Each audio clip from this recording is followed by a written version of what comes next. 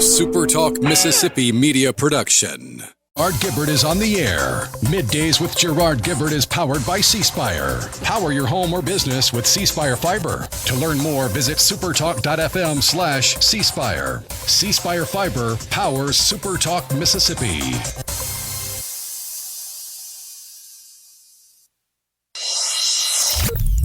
Get ready to go beyond the headlines and join a meaningful conversation with people from around the state. You're listening to Middays with Gerard Gibert here on SuperTalk Mississippi.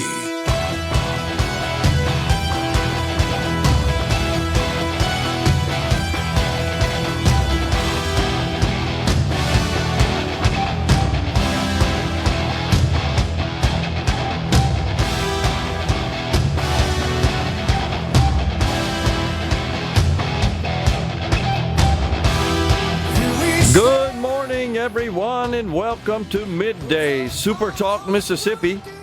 I'm your host, Gerard Gibert, along with Rhino in the Element Wealth Studio, guiding you through the middle of your day with facts, fodder, and fine music on this Friday Eve. Man, oh man, we're already halfway through the first month of the year. It's hard to believe. And that legislature, they're down there having a good old time, aren't they? Well, you know, the one thing you can always count on, Rhino, with respect to controversial legislation is a whole bunch of misinformation. Good grief. Can they make up any more crazy stuff? It's just incredible. I don't know where there's more misinformation about the issue of school choice or data centers. It's pretty close. Oh, gosh. But so I got to share this. A friend sent me this to me this morning. And this is an individual who asks the question of my friend, a third individual who asked the question. Says, help me understand this education freedom thing. I'm confused. My daughter is in the fourth grade, I won't say where, at a private school. I was told that if this bill passed, the government will choose if she gets to return each year or go to public school. Where does that come from? Where does that sort of craziness come from? And no Usually disrespect. stuff like that's that divorced from reality. Its original source is someone who literally knows nothing about the subject, but is trying to carry on a conversation with someone who knows very little about the subject. Man. So in order to not feel left out in the conversation, or maybe even to stroke their ego a little bit, even if it's falsely, to feel better about themselves, they say something that they think sounds right, that they think could be a possibility, and it becomes a rumor, and the rumor becomes a meme, and a meme becomes a quote-unquote fact on something like Facebook. Well, you know the problem I have with that, it's something I harp on a lot on this program that just absolutely irritates me to no end, is that people take advantage of that. That they know, politicians in particular, right, or policy advocates as well, that they know that a lot of folks are likely not going to spend the time and the cycles to determine whether or not whatever the narrative is true. And that's fine. And they shouldn't have to. But people take advantage of that. And that's what bothers me. So I feel bad for this individual who's clearly stressed about her child's education, enrolled in a private school. Oh my gosh, this bill's going to take them out of the private school. And you're right, probably somebody explained the legislation, the concepts, the provisions in a way that was so convoluted, intentionally, so confusing, that that's what they got out of it. Now, I applaud her for asking my friend, who knows better and is very proficient on this subject, and sent her a note back and said, no, that's absolutely incorrect. And, of course, explain the truth and the reality. But this is what makes it hard, I think, to get meaningful progress accomplished, is that we spend so much time arguing, debating what is not true. If we would use facts as input, as a starting point, I just think we could achieve a lot better outcomes for society overall. I mean, that's a high-level philosophical take on it. I get it. And this is just one of those issues. But it's not a difficult concept to grasp. It's just nobody wants to spend the half a second it takes to burn the brain power to actually think. That's right.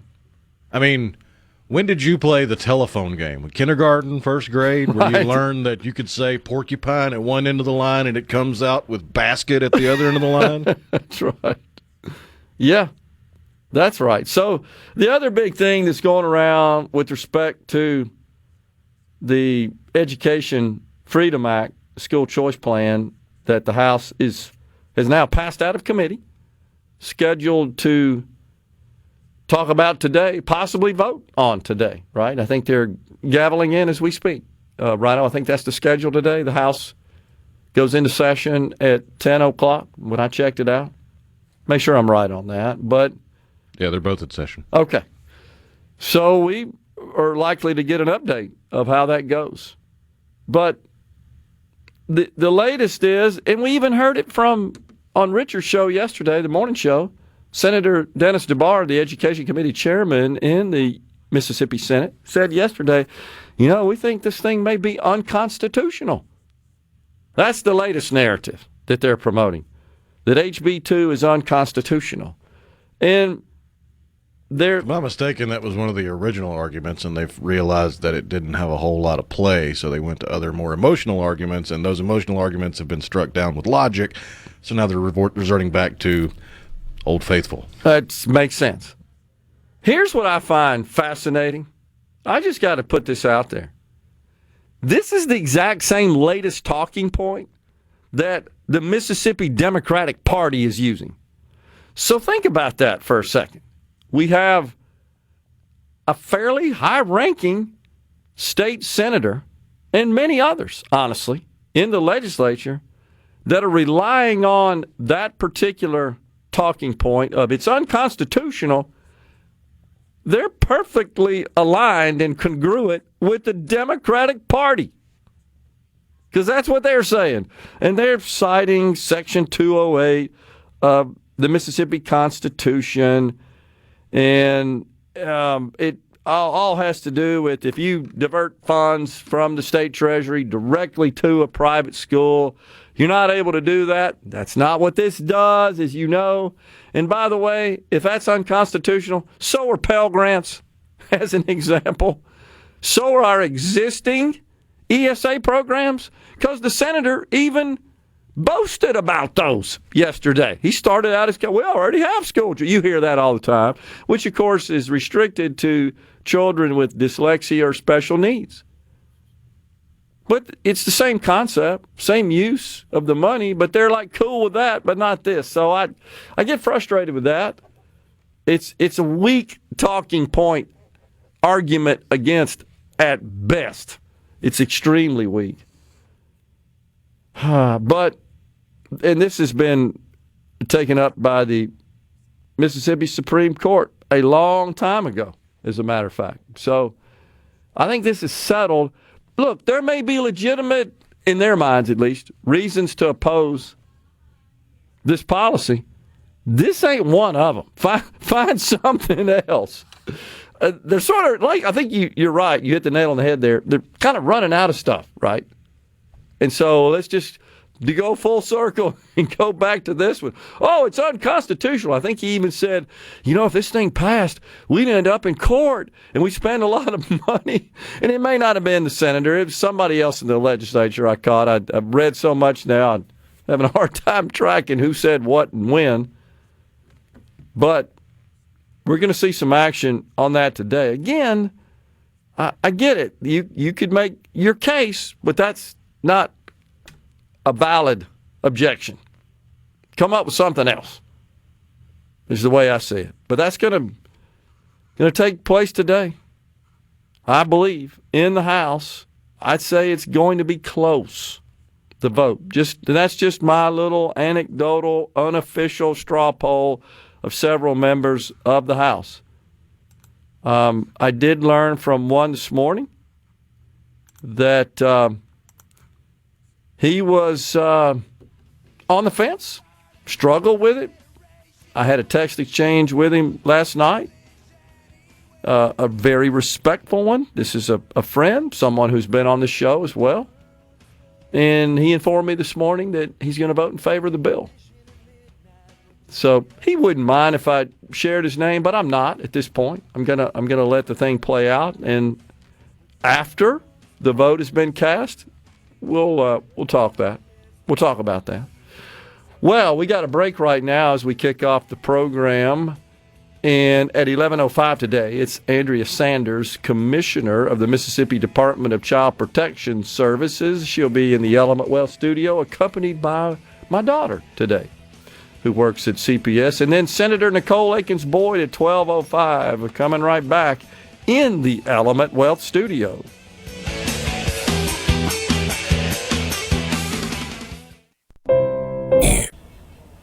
This segment of Middays with Gerard Gibert is brought to you by Covington County Hospital in Collins, where your health matters. Middays with Gerard. Good for America. Good for fans of justice and truth. Good for us. SuperTalk Mississippi. This is what we stand for.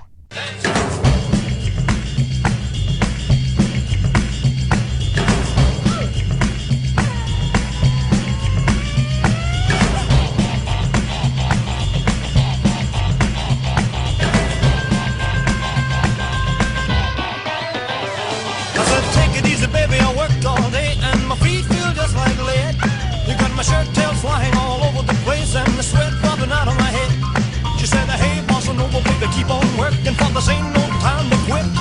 She said, go, bossa nova, baby, keep on dancing. I'm about to have myself a fit. Bossa nova, bossa nova. She said, hey, little mama. We're back with you in the Element Wealth studio. And just talking about this whole school choice issue, because that, by far, I know it's the biggest thing going on down there in the Capitol. The Speaker of the House, Jason White, made it very clear this was his top priority, and he's making good on that commitment. Yeah, I mean, it's on the House right now for discussion, and they have adopted the committee substitute. Okay. That's the status at this point. It passed out of committee yesterday, Chairman Rob Robertson, of course. And, I think he introduced a committee substitute amendment, and it had to do with charter schools. I believe that's what I'm seeing here, that limits the bill's charter school expansion provision to allow charters to locate without local school board approval in any school district with a D or F rated school rather than in any district statewide. I'm not sure why they did that. Why did they water that down? Originally, I mean, that's not the only difference. I just haven't had time to go through all the differences because the original, as filed, was 553 pages. Right. The committee substitute's 446. So my understanding, I get it. My understanding like 80 is or 90 pages in there where I'm like, which is bigger what than did you change exactly? Bigger than most bills. The difference is there. So, I don't really. I don't know if that. I don't know what that means exactly. I'm struggling to understand that provision. We'll get some explanation on that.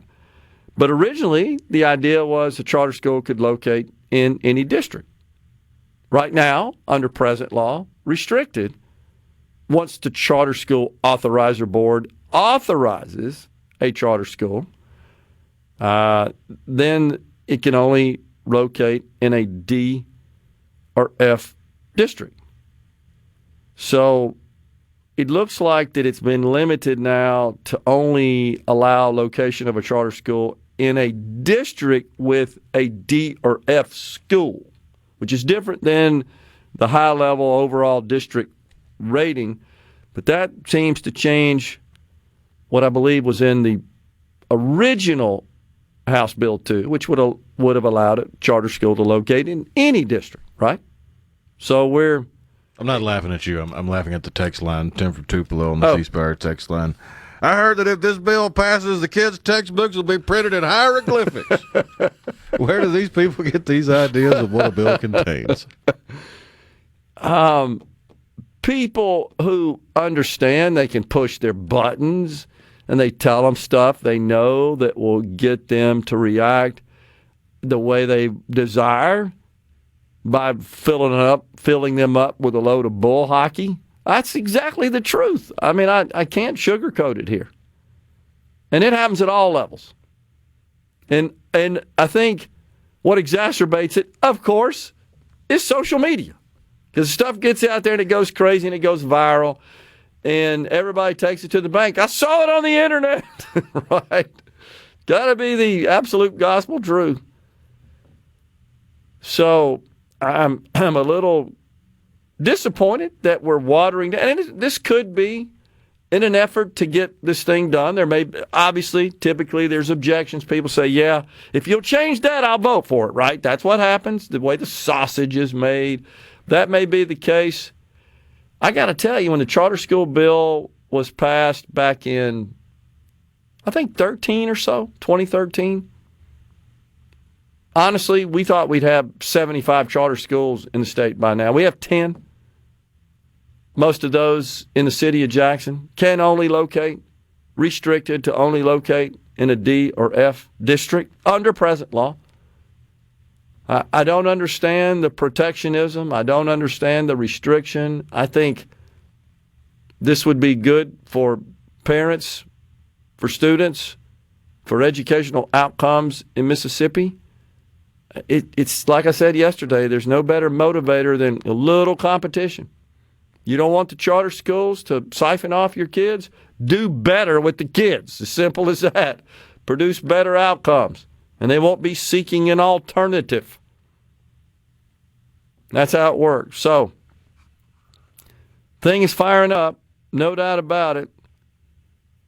And also should point out that 2 Republican representatives voted no in committee on this measure. Representative Kent McCarty of Hattiesburg happens to be the vice chairman of the Education Committee, and Representative Dana McClain of Columbus. Not sure what their rationale was. And you know, just reading again, Rhino, some of the comments, this is not going to be good for Mississippi, nor is it fair to others that move to other counties to get a good school district fit their child. Huh? That's the kind of stuff you see out there. Man. So I guess my question when I see that sort of stuff is, so government compulsion is better than parental choice? Is that what you're saying here? That funding systems is superior to funding students? Man, oh man. And then there are people out there that get into the weeds about the tax money. The tax money from here and here and there and there. Looking at this particular post on social media, which, by the way, was posted on the PERS site, which I thought was rather interesting, where someone says, yeah, there's a lot of conversation. I just wanted to tell you how school funding works. Public schools are funded mainly by property taxes, sales taxes, income taxes. Well, sure, those are the 3 major sources of tax revenue in our state in general, and makes the point that homeowners, businesses, consumers help fund schools. Absolutely true. The tax money does not belong to individual students or families, this poster goes on to say. It belongs to the public school system. Really? It belongs to the public school system? Gee, that seems rather tantamount to the argument the Democrats in Washington make about the so-called delusional tax loopholes and breaks for the billionaires, as if the money is really the property of government, and whatever they let you keep is just an act of charity on the part of government. None of this money starts as the ownership of any government entity, including the school system. These are the people we elect that make these laws that pull this money out of our pocket. And then they're responsible. We elect them to then allocate it out to the various, hopefully, functions of government. So they get this, they go on to say, that is why the idea the tax money should follow the child sounds fair but does not work in reality. We do not get to take our road taxes to pave private driveways or our fire taxes to hire personal fire departments. Public dollars fund public systems. And again, I find that to be quite a weak argument. And the reason is because the funding is per student. The funding model is per student. And that's true with respect to the state level, the county level, would be the district level, and the federal level. It's all based on that. It's a bit frustrating to see folks' take on this. And, of course, what really bothers is that so many people in our state that would define themselves as fairly hardcore conservatives, I wonder, Rhino, do they realize how perfectly aligned they are to the Democrats, to these radical organizations such as Southern Poverty Law Center and the ACLU and other groups that are in opposition of this policy. They're perfectly aligned with them here, in congruence with them. Man, oh man. Well, we're going to take a break right here on Middays, half an hour in the books. Once again, Andrea Sanders from the Mississippi Department of Child Protection Services at 11:05, and Senator Nicole Akins-Boyd joins Middays in the Element Wealth studio at 12:05 today. We are coming right back.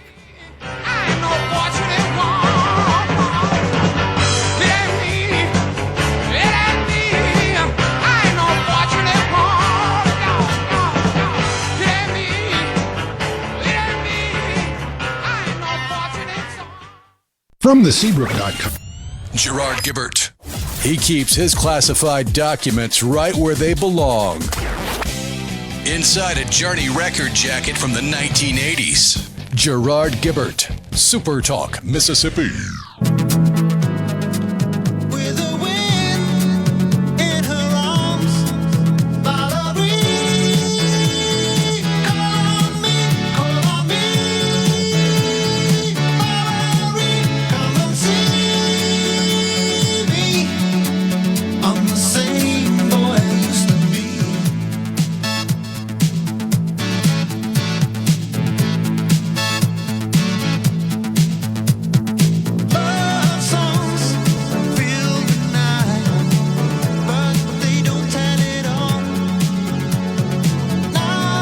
Welcome back, everyone. It's Middays from the Element Wealth studio. Mo says, Gerard, you are forgetting something about education in Mississippi.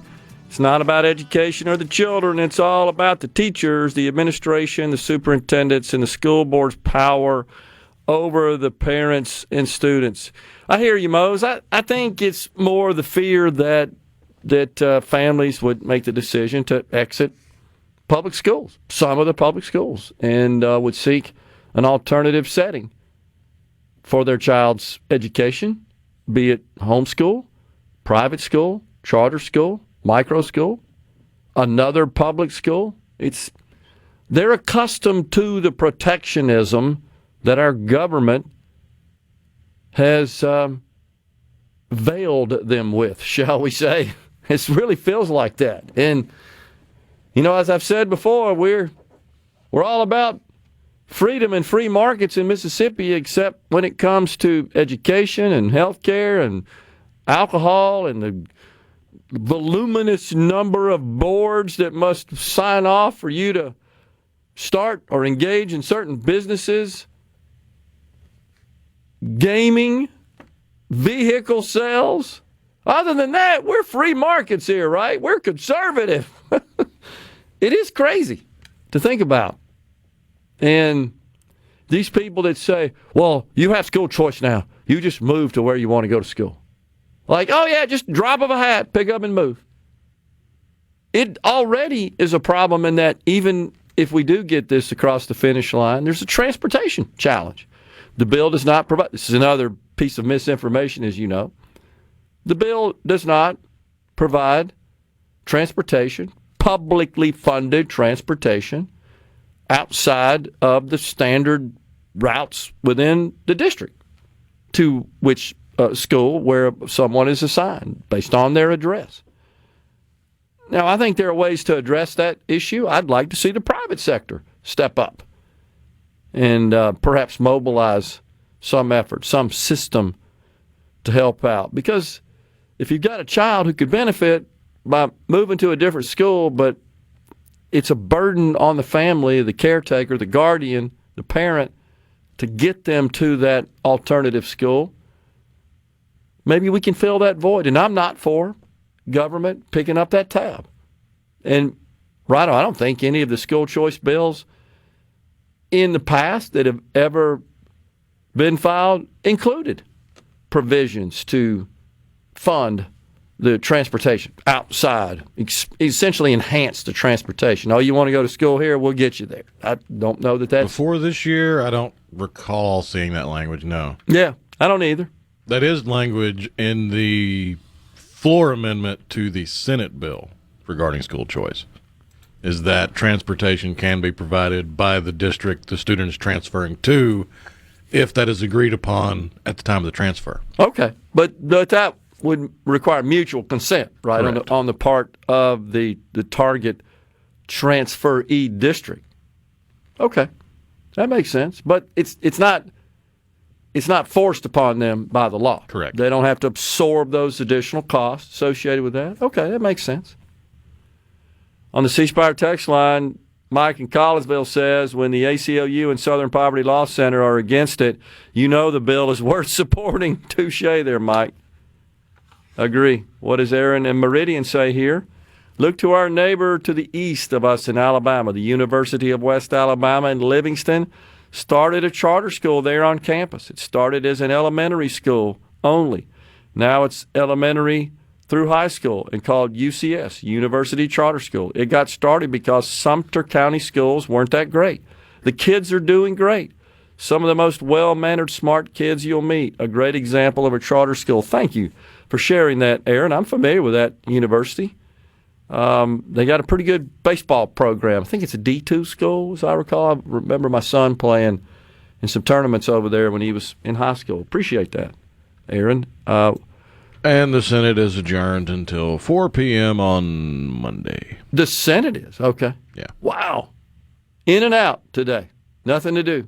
Kind of waiting, I guess, on the House at this point to act on the legislation that was transported by the T-Rex, I think is what you told me. I handled it. Yeah, and we got a text from Dan in Hattiesburg. He said, I heard the students will be required to wear blow-up T-Rex costumes on field trips, especially ones to the Capitol. And if parents don't send the required bowling pins to juggle, they would be provided by the school at taxpayer expense, of course. That's awesome, Dan.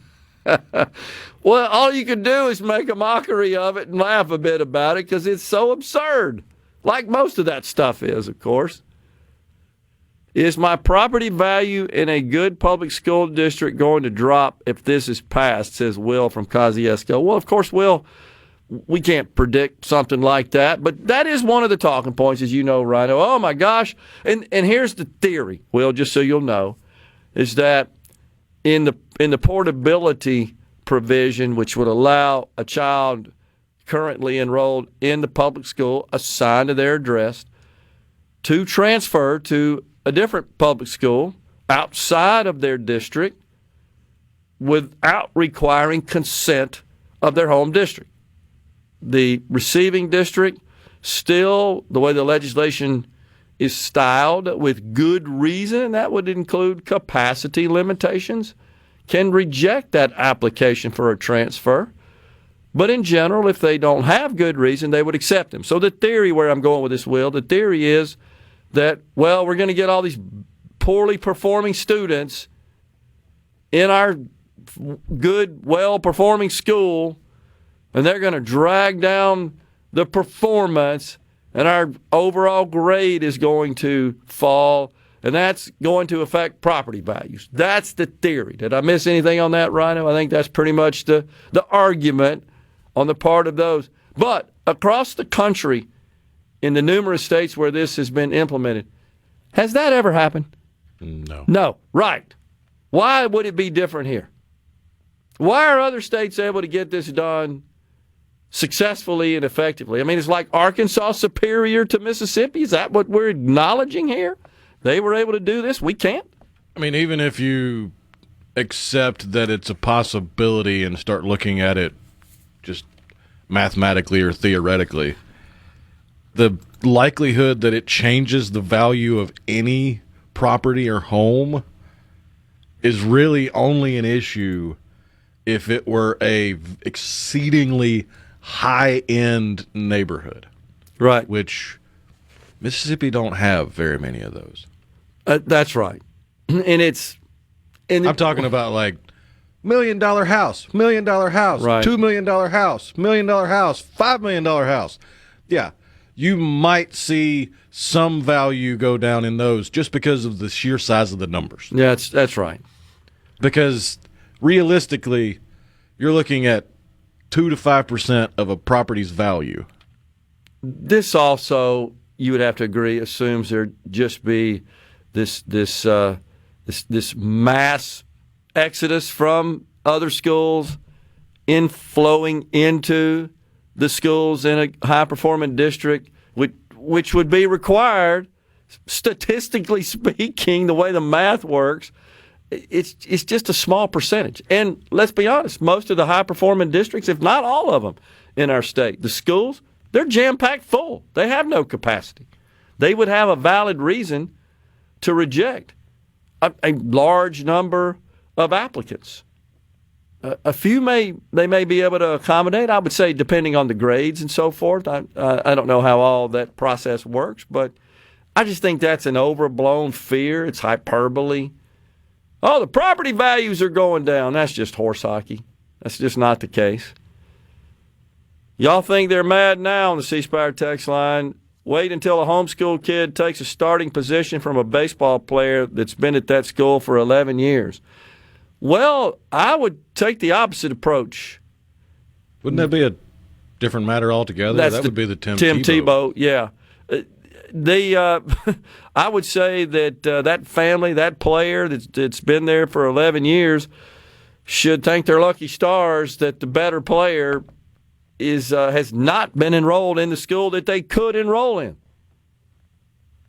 And I just think those cases are few and far between. I remember, Rhino, this happened when my son was playing baseball in high school. There were fears that all those that were transferred into the area after Katrina, oh my gosh, they're going to move into the area and they're going to enroll in the schools and they're going to be these fantastic athletes and they're going to take these positions and they've never been here before. And that was just grossly overblown. Grossly overblown. I don't remember it happening. In fact, most of the time it worked out pretty good for everybody. But, there was a lot of nomadic activity back then when people were coming north to get away from the hurricane and ended up just planting here. Coming right back.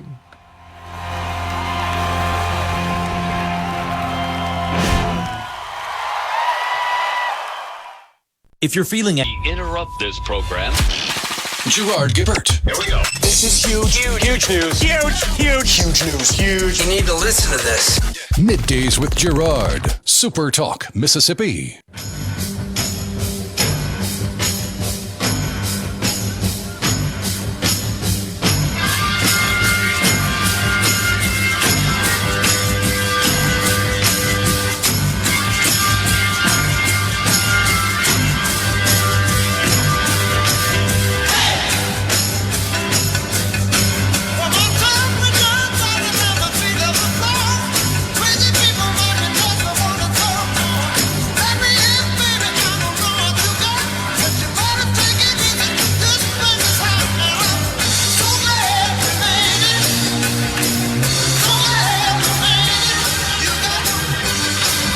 Welcome back, everyone. It's Middays from the Element Wealth Studio on the C Spire text line.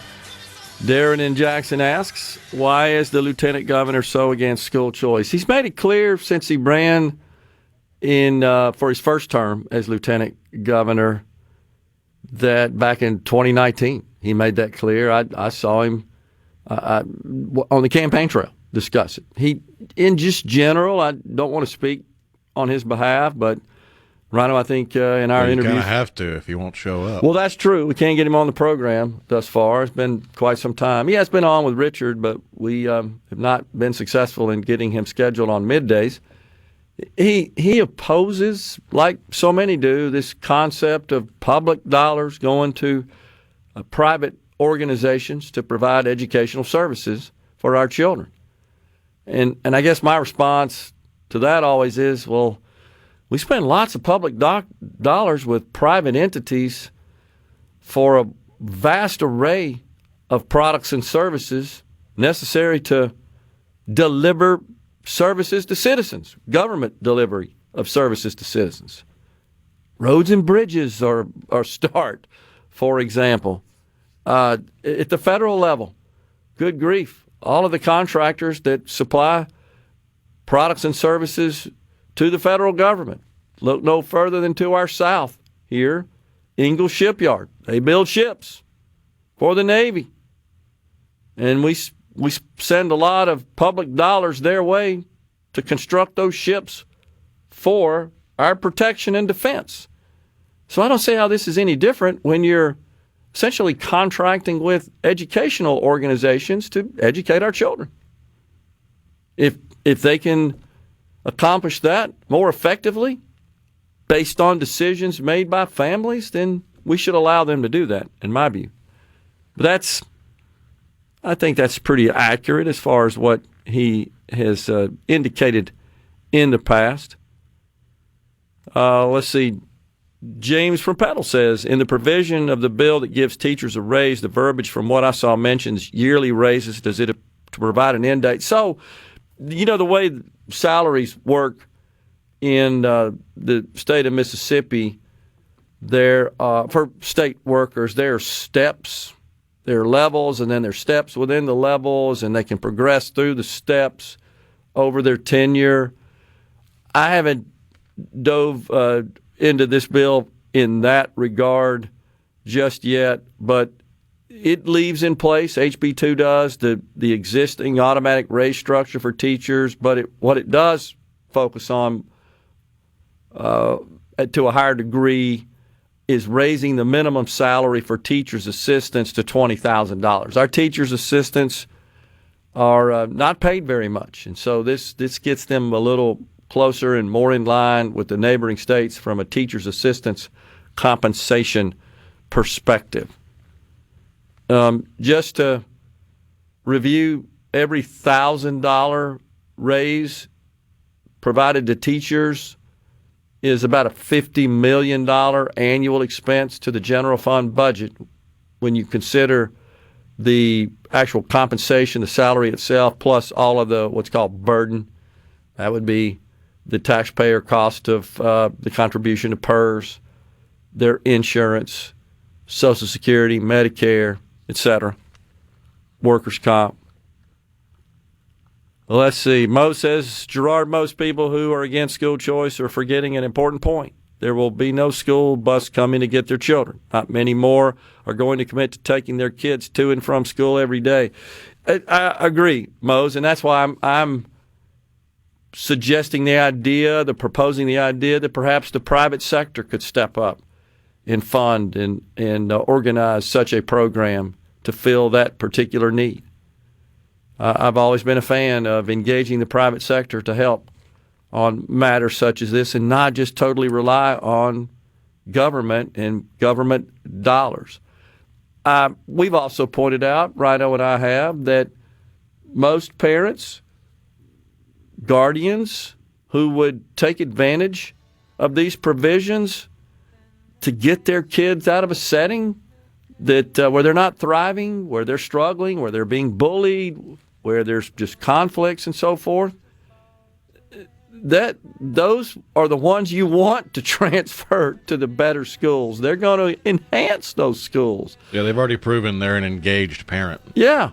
The ones that bother me are those who have a child who's in a problematic circumstance that aren't concerned about making some sort of change and adjustment to benefit their child. That's where I have greater concerns, and they get left behind, honestly. And we have a short window to take advantage of that development opportunity to ensure that they're on a path to being a successful, thriving adult.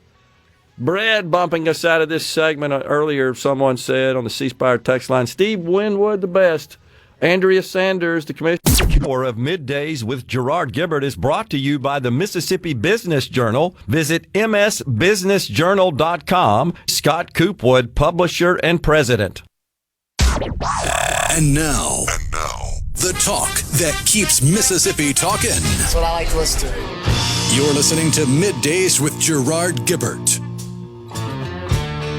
here on SuperTalk, Mississippi.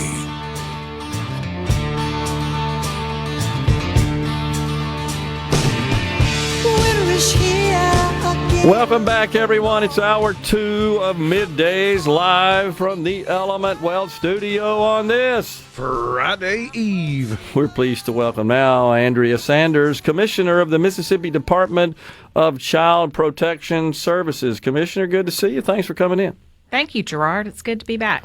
Well, give us an update. Give us a report on what's going on at CPS and a focus, if you will, on some of the successes that the agency has enjoyed, because the line of work you guys are in is often takes you into some very difficult circumstances. Absolutely. The work is extremely hard, and it's not gotten easier, and it won't. But I am really pleased to say that as I start my 6th year as commissioner, we're starting to see a lot of the focused efforts we put into building out more modern technology and access to data on a daily basis, as well as our just consistent efforts to build a stronger infrastructure inside the agency and to improve practice. So, we've begun to see our data tell us that some of those efforts are working. We're getting kids to adoption much faster than we were 5 years ago. Let me interrupt you there, Andrew. Talk about that. Is that I assume is a key performance indicator? It's a high priority goal for the agency, is to get these children permanently placed in a home as adopted, so that they can join and be part of those families permanently. Yeah, when I started talking about this at the legislature 4 years ago, I talked about paving a pathway to permanency for children, and I got a lot of questions about, what do you mean by permanency?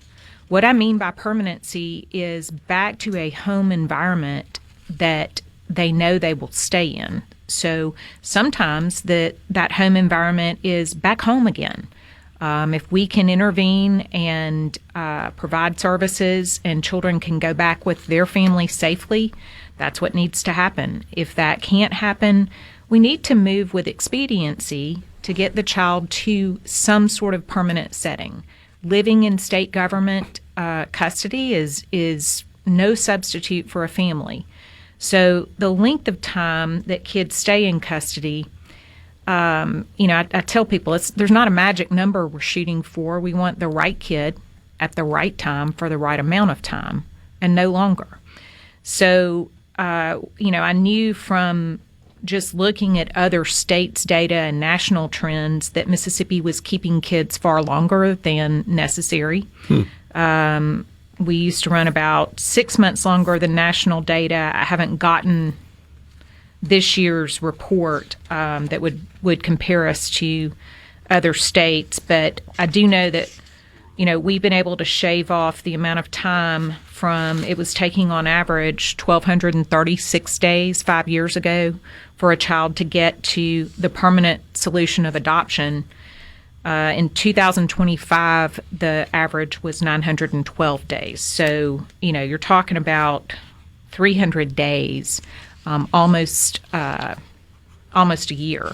So who has custody of those children during that period of time? The state of Mississippi. The state does, right? Absolutely. I just wanted to clarify that for our audience. And so where are they physically during that period of time that you can tell us?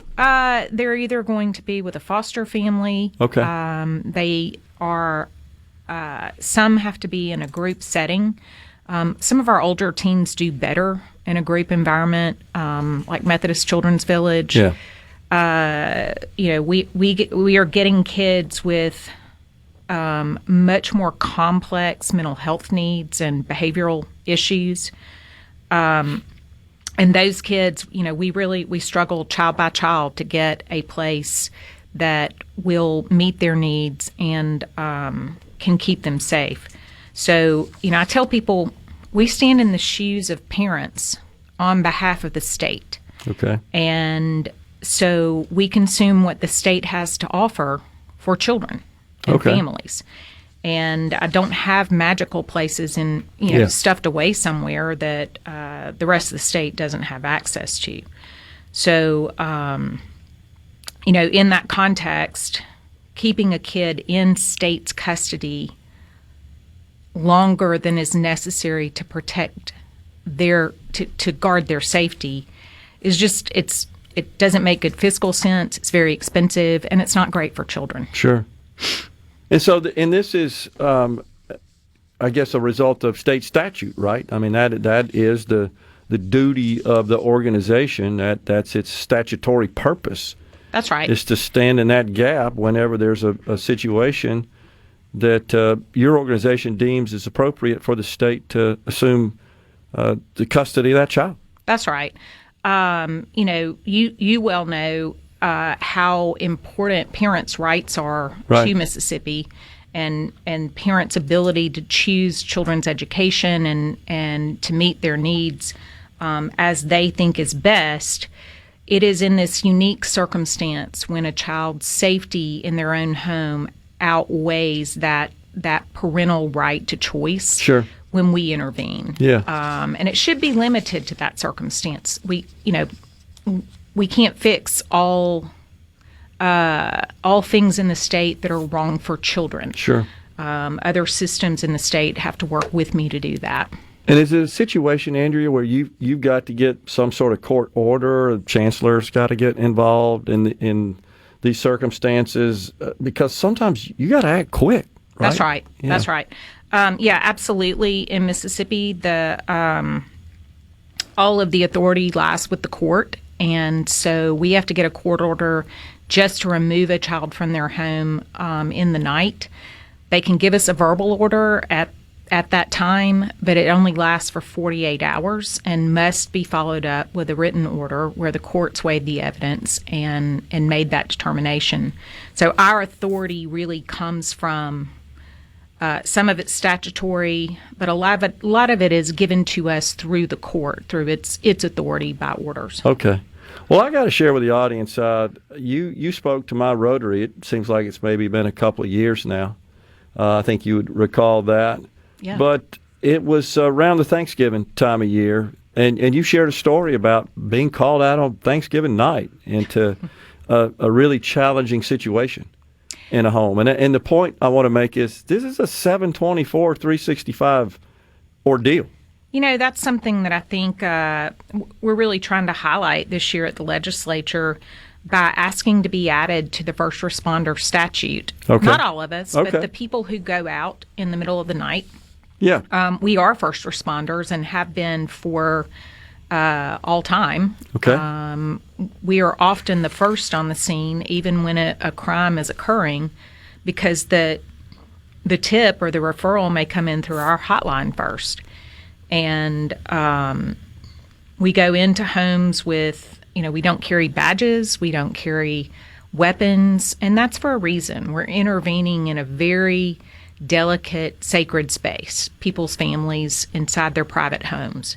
And so the goal is to, balance that keeping children safe with respecting the integrity of the home, with children's safety, being the first priority for us. Well, I'm looking at your package on legislative priorities, and that is among them, right? To That's make right. some change in statute.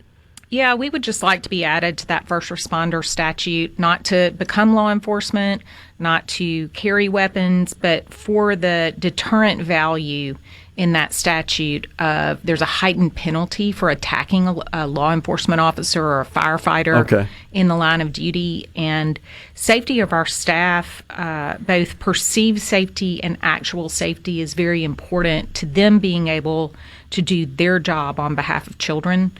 Violence against caseworkers is it's a problem nationally.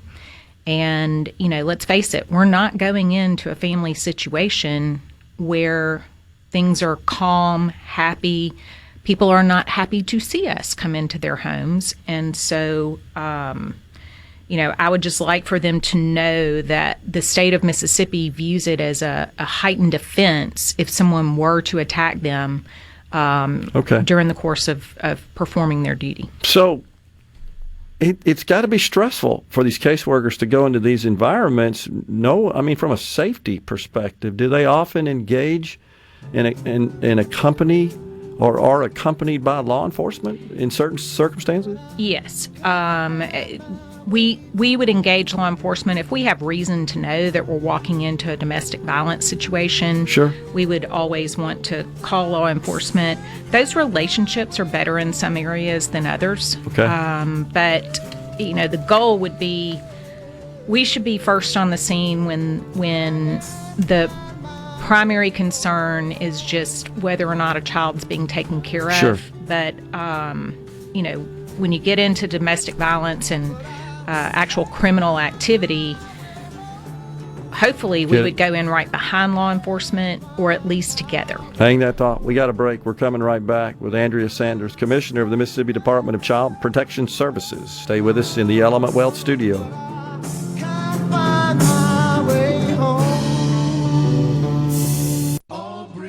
Hey, is everybody ready? I'm ready. Ready here. Middays with Gerard Gibert on SuperTalk, Mississippi.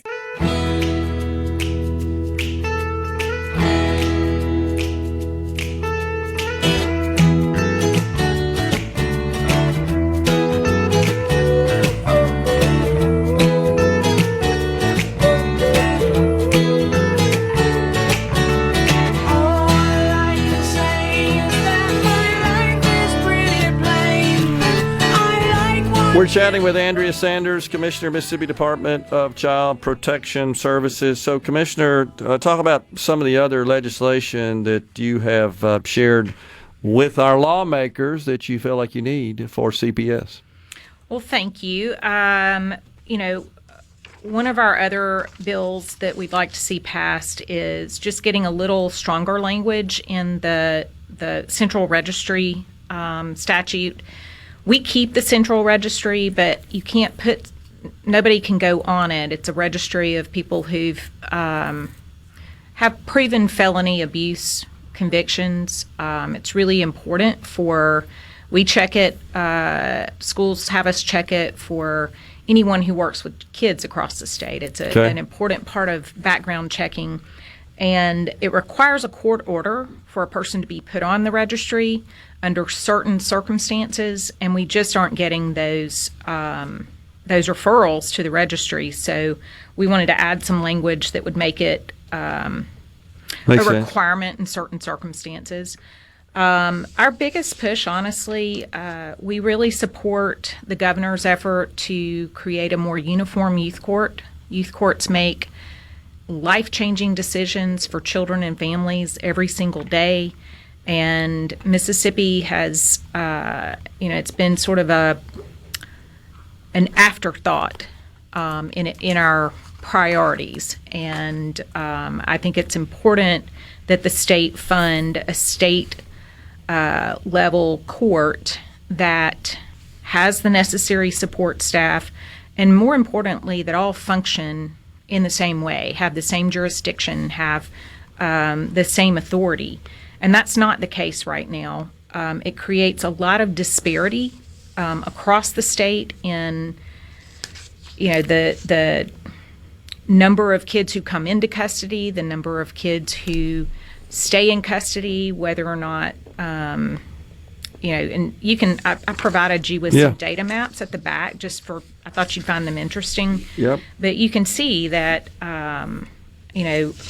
in some places there are 0 kids in custody. Yeah. There are 0 adoptions. If they're not kids in custody, adoptions are not necessarily the best measure. Sure. But it's very strange to have a rural area where one county has, 75 kids in custody and the ones around it have 0. Yeah. So there's no magic number, as I said before, but we'd like to see consistency across the state so that kids and families know what to expect when they go in the courtroom.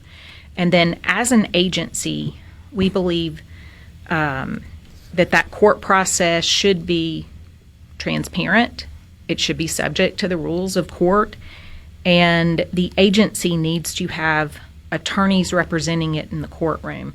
The improvements you've seen in our data with moving children to permanency faster across the state, whether that be family restoration, adoption,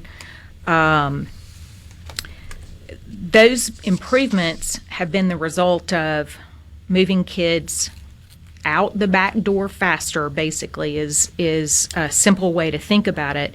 And that is a direct result of us having some attorneys in courts across the state. We had a pilot project that we ran with some ARPA funds, and in those counties we've seen that's where we've seen the biggest drop in children moving to permanency faster, the reduction in the length of time that they are in the state's custody. So the youth court enhancements, that's something that has been in the works and development, advocated for a while. I mean, this isn't anything new, right? That's right.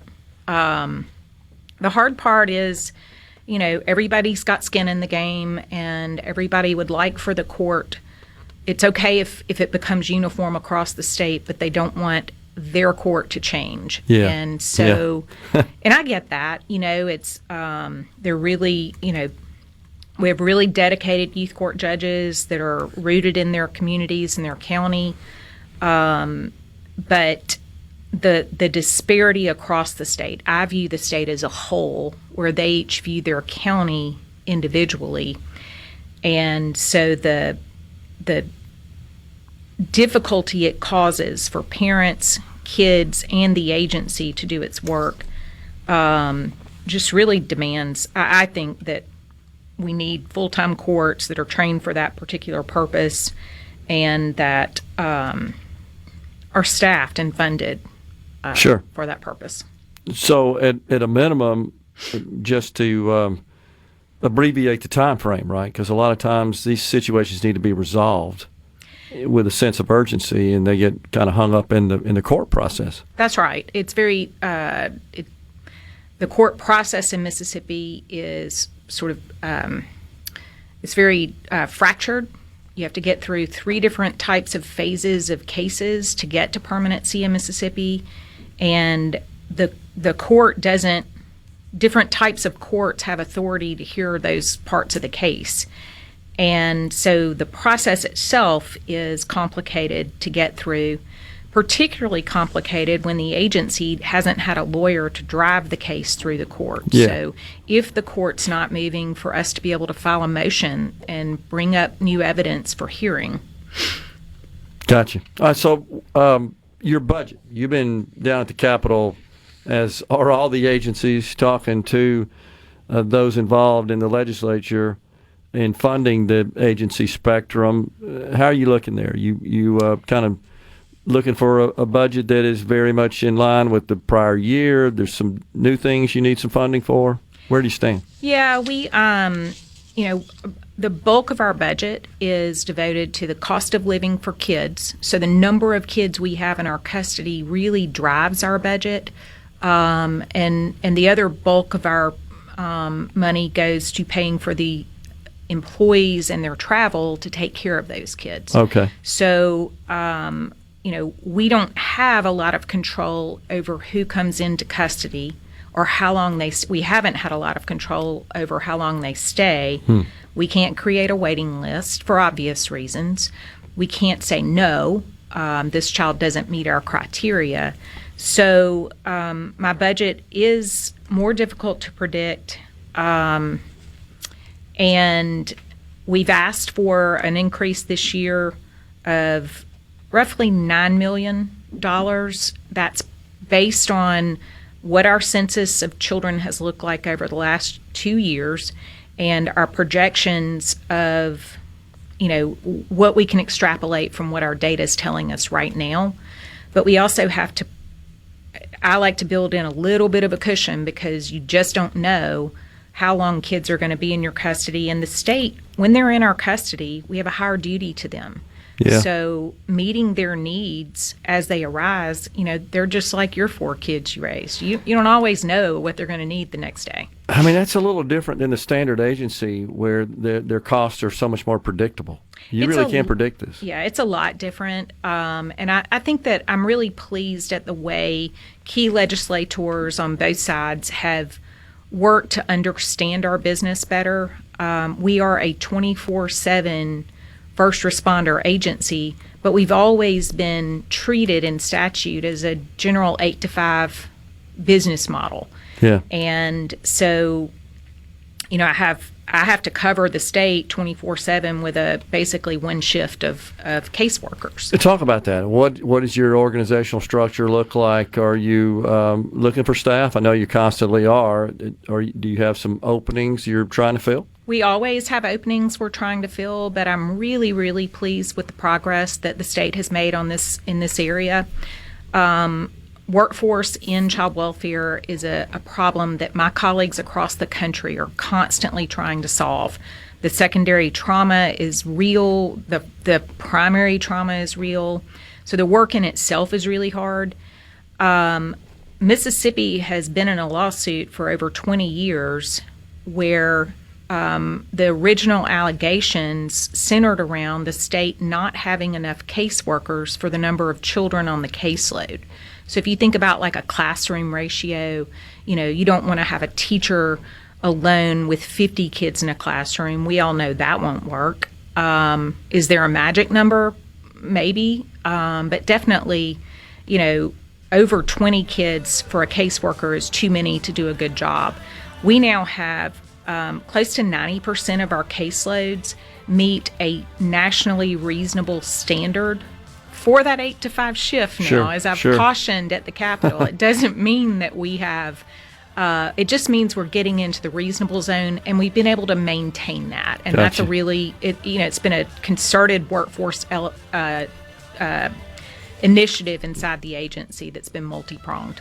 So if somebody's interested, how do they go about it? We've got a few seconds left. How would they contact you guys about that? MDCPS.ms.gov. We post our positions on our website, and we also post them on Indeed and other private market areas. So reach out. Sounds good.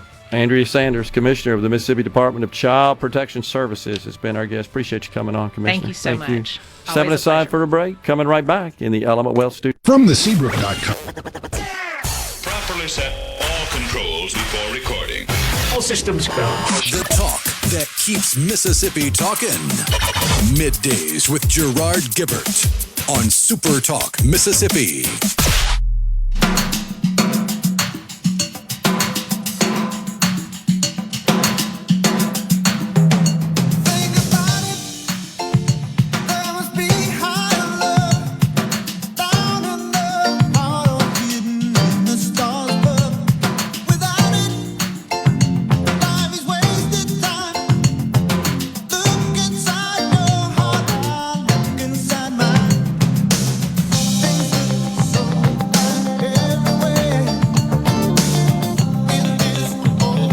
Welcome back, everyone. It's Middays from the Element Wealth studio. We appreciate Commissioner Sanders from the Mississippi Department of Child Protection Services, accompanied by my daughter there in the Element Wealth studio, giving us an update on that agency. We are blessed to have her. I just got to point that out in that role.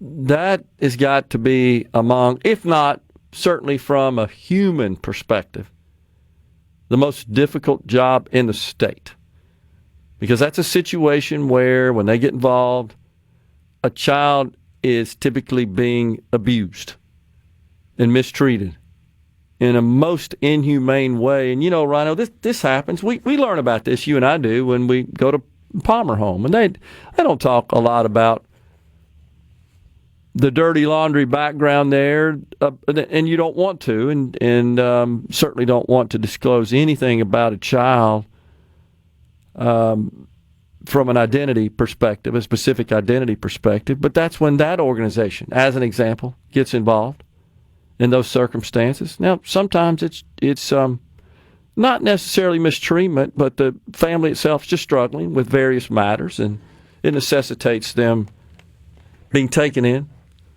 But in child protection services, the name implies what they do often, which is have to go into these extremely sensitive, delicate situations. And, I guess I never thought about the caseworkers going in there where some crazy person, honestly, it's already chaotic. It's already tense.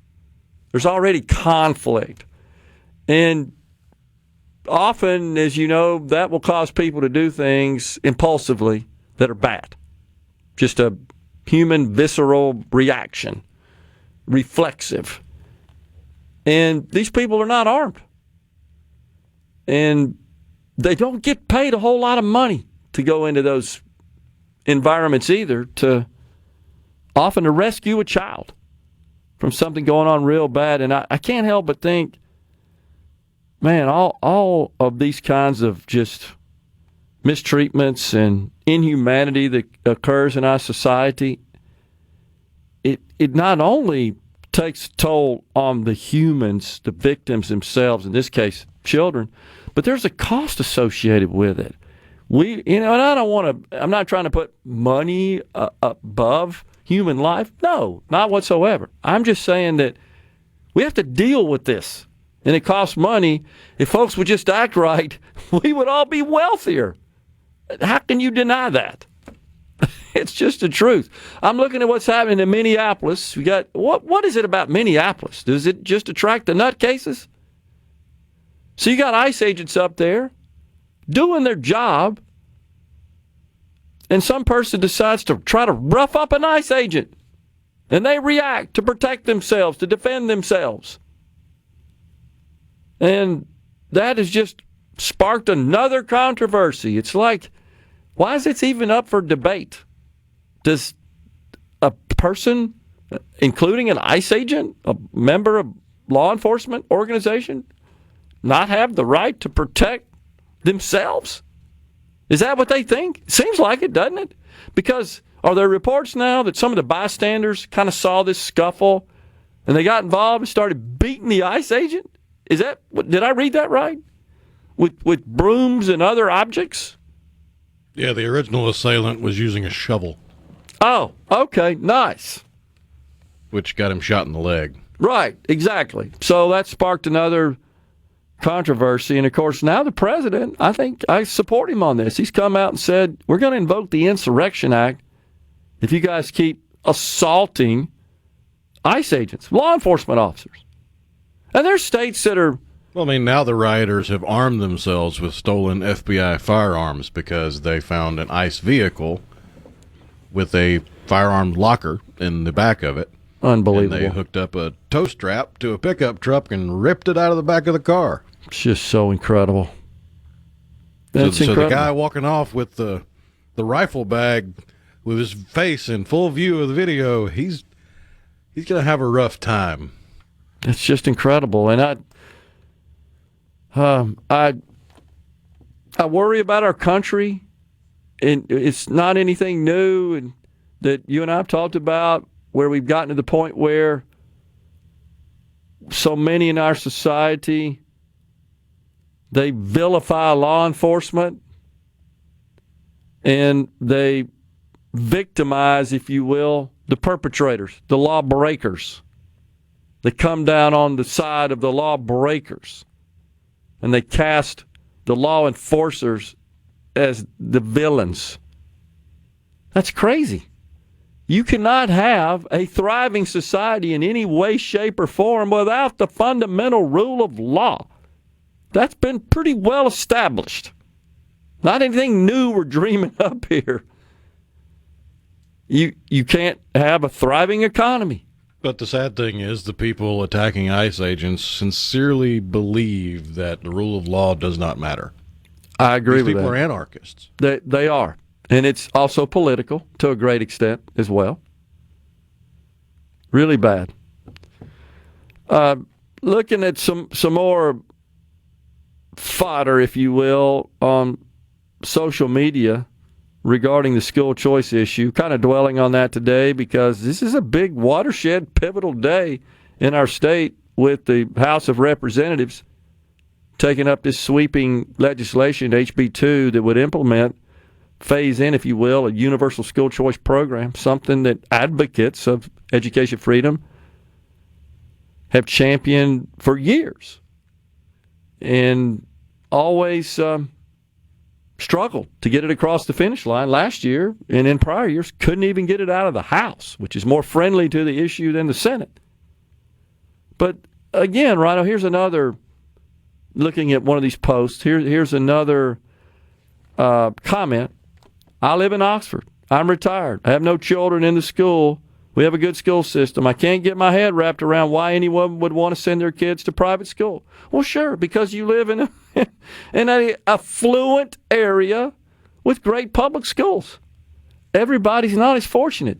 Guess not, huh? So, call me naive, but I'm just not interested in paying for anyone's tuition for a private school that may or not be subject to the same requirements as public schools. I'm so tired of that nonsense as well. And so I'd like for this, probably not listening, but nothing new that you and I hadn't talked about is you better be thanking the people in the private schools because they're subsidizing your nice public schools. They're paying for your public schools and not using them. It's just the opposite of what this person's analysis is. It's incredible. Public funds belong to public schools, period. Okay, well then, if you take that attitude, then does that mean that every single good and service the public sector at all levels consumes should be produced by the public sector? What am I missing there? Is that not the case? You're okay with roads and bridges and ships and information technology and a myriad of other goods and services that governments at all level consume. Accounting services, legal services, engineering services. How about insurance? All the above. Health care. What is Medicare and Medicaid? Who do they pay? Private entities? Individuals? It's just such a terrible, weak argument. Why all of a sudden do they get the blinders on when it comes to education? That is a service. That is a commodity. We should want the best for the dollar, for the tax dollar.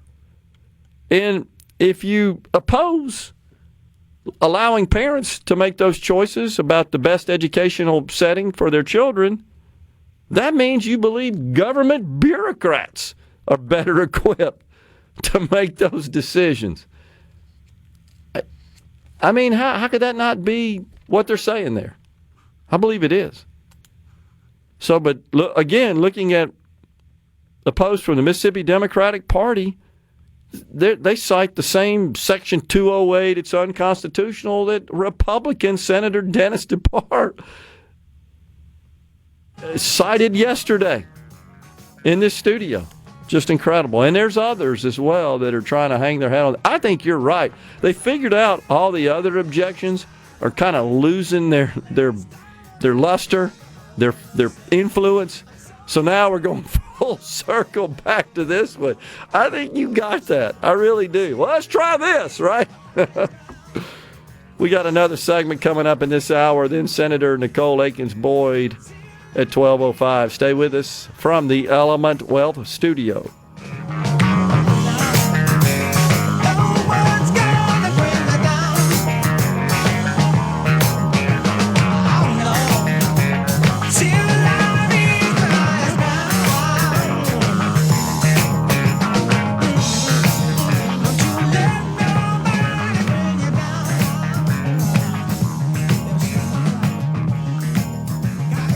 Rally Up a Mississippi. Check it out. Let's do this. The talk that keeps Mississippi talking. Middays with Gerard Gibert. Let's get on with it. On SuperTalk, Mississippi.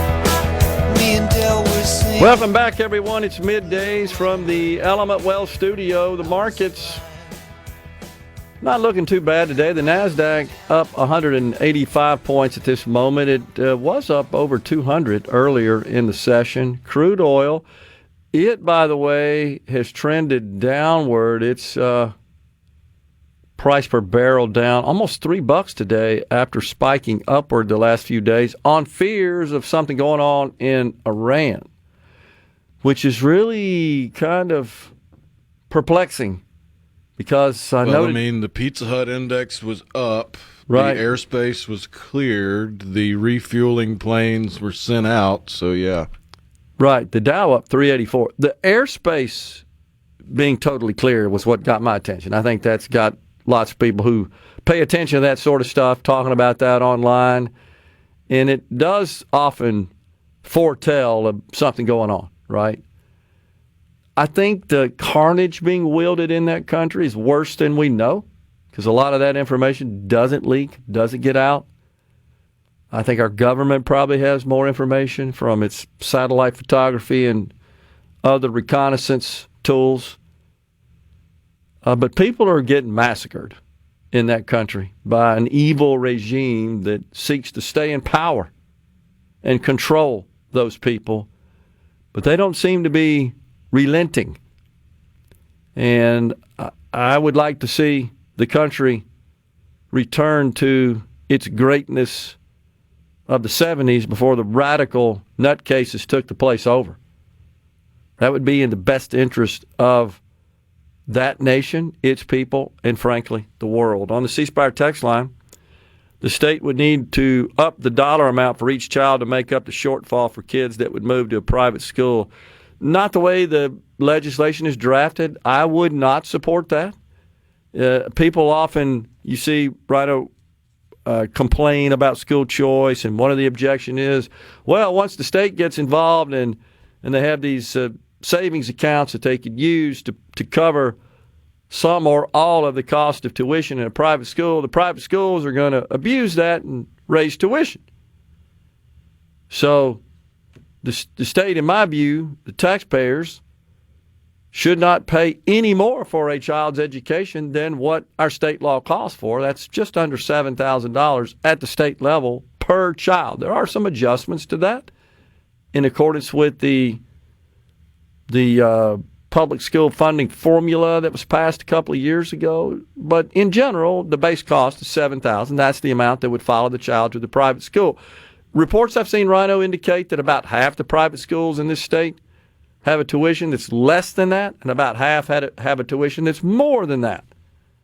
So this is another area where I think the private sector could step up if there were legitimate cases where students wanted to attend a private school that's certainly one that's in proximity and it costs more than the $7,000 allocated under the Magnolia savings accounts, which is the name assigned to that program in the HB2 House bill. Get the private sector to step up. We could get creative to try to make up that delta, that difference. Mike in Collinsville says, we've seen government money going to numerous private entities, especially in Minnesota. How about the Learning Center and several other daycares? It's the Leering Center. Oh, right, the Leering Center. He did capitalize that. I stand corrected. The Leering Center. What a joke. You can't make that up. That's from those annals, right? I hope these funds in Mississippi will actually go to an entity that have students. It's a good point. The way the program would work and the mechanics and the processes behind it, the same for those who would receive assistance in the form of savings accounts for homeschooling. Other states have blazed that trail for us and figured out a way to do that avoids misuse of those funds. It's legitimate concern. And then, of course, we're learning about these transportation companies we talked about yesterday in Maine that aren't really transporting people, but they're getting paid a lot of it.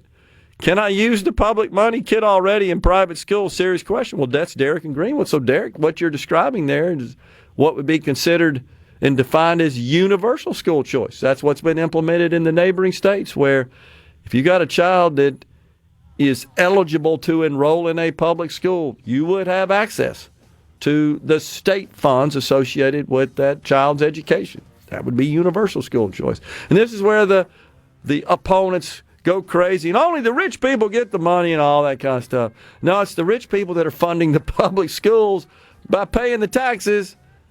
In fact, I'm pretty sure HB 2 has language where it's weighted towards low-income families. It is. There is a limitation on the number of accounts. That does increase over the years. Starts out as $12,500 and then scales up to about $20,000 in 2030 and then goes beyond that. But you're exactly right. It starts out by prioritizing those whose income is about 100% of the median income in the area, and then it goes to 200, 300, then a lottery. Coming right back after the news with Senator Boyd. Stay with us.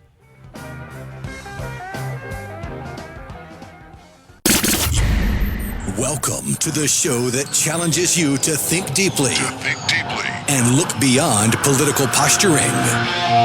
You're listening to Middays with Gerard Gibert here on SuperTalk, Mississippi.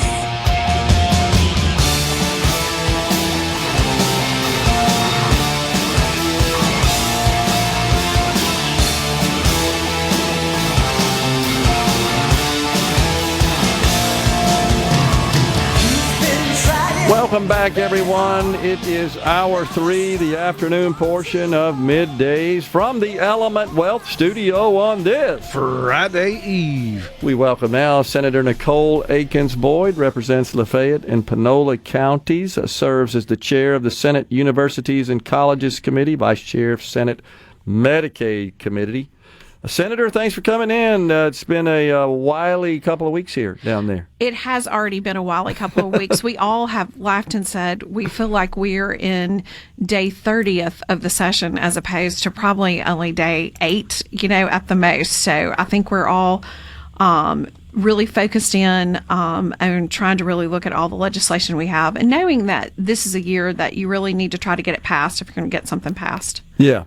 Now, I ran into you at least once, I think a couple of times, in the off session.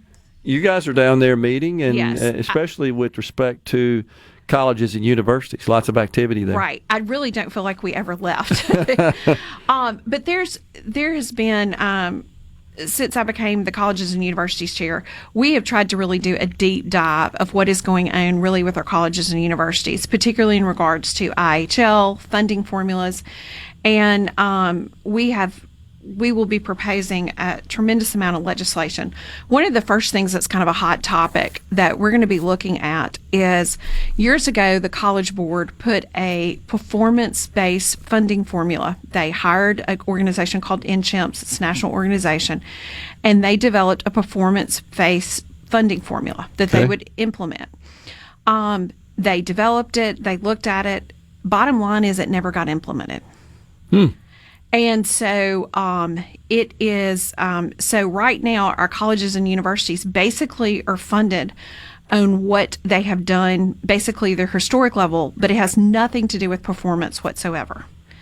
And that's not good. We have required all of this accountability in our K through 12 programs, and we've seen the trajectory of our programs and our outcomes greatly change, but we haven't done this in IHL. Yeah. And so basically what they've done is a lot of those programs, you will see, we've got some that are high performers when you look at their statistics nationally, but then we have some very low performers. And we have four-year graduation rates anywhere from 14% to over 50%. I mean, it's a wild kind of thing with that. And so you're looking at graduates, and you're seeing some with very low graduation rates and some with high graduation rates. Retention rates is another thing. We've got some that are retaining from first to second year with 89%, and some that is very, very dismal. So this is unacceptable. Yeah. I mean, it's absolutely unacceptable. And in this state, when you look at, we talk about ascending to 55, that we need 55% of our graduates with either a degree or a credential. We should be ascending at this point in time, looking at our surrounding states. We really should be focused on the 65 goal. So this all has to do with workforce and workforce development. And so we have been really looking at other states and how that they do performance. Now, the College Board at the same time has come in, and they have hired somebody to really look at a new funding formula. But the legislature is looking at it as well, because we know that we have got to see much better performance and get better accountability from our IHL institutions. How does the formula work now? What does it consist of at a high level, without getting really wonky here? Unfortunately, what happened is they basically froze everybody a number of years ago. And so it doesn't matter if, so one institution might receive basically about $5,000 for a student. Another institution may receive over $10,000 for a student, because basically we have been funding failure, and that's the only way I know to say it. So when institutions lost students and those students didn't come back, there was no accounting for that in the formula. Basically, they have put a base level of what they had a number of years ago, and they've upped it percentage-wise if the legislature gave them more. So it actually has incentivized universities not to gain students. So these universities who's really grown and they've done a good job with their growth, they only may be getting $5,000 a student. Okay. So it's a complete inequity. It is socialism at its finest. And so we've got to stop that, and we've got to get better on the performance route. And I'll tell you, one of the things that's so important too is really looking at these numbers and how they're performing. We've got Mississippi does the best in the country of getting students to college from high school. We're number one. But after the first year, that statistic drops to, we're, I think, 39th in the country. So we're putting them in college, but then we're not graduating them. And they're not even staying till after the first year. Well, I know this is a nationwide phenomenon. So are you saying that we're worse at that than the other states? We are much worse at that than the other states. And here's the problem with that. So we now have a student who has taken out a loan, most likely, has a grant, and now they have debt, and they have no certificate to show for it. So that's one of the reasons we are, worst in the country at our college loan debt. So those are things that we've all got that is inefficient for the system. And so if this is a child that is not going to matriculate through college well, let's get them to a trade, a vocation where they're going to be able to go through well. So our universities have got to be super responsible. If you're going to get a child in school, you got to make sure that's a child that's appropriate for your school, and a student that's going to graduate. And graduate, too. Nationwide, people look at statistics 4-year and 6-year. And too many kids are having to go that 6-year route to graduate. We need to be graduating at a higher efficiency rate where they're graduating in 4 years, because you're taking that out, that additional debt and all of that. So there's a lot of work to be done here, and there's a lot of work to be done by our universities and colleges in doing this. So we've looked at everything. We're also looking at out-of-state tuition rates. We have 4 universities in this state who, because of scholarships that they give to out-of-state students and all of that, they wind up paying less on average at those universities than our in-state students do. Unbelievable. So this disparity you just mentioned, where one institution's getting $5,000 per student and the other's getting $10,000, you indicated that's just legacy. It was done a long time ago. It's just a flat dollar amount that somebody just arbitrarily said, 5 for you, 10 for you? Basically, what happened is they froze the funding level. They never implemented this performance-based, and wherever you were. So if you were a university that served a lot more students, at that point in time, you're still, being funded like you have a lot more students, as opposed to the universities have actually increased their enrollment.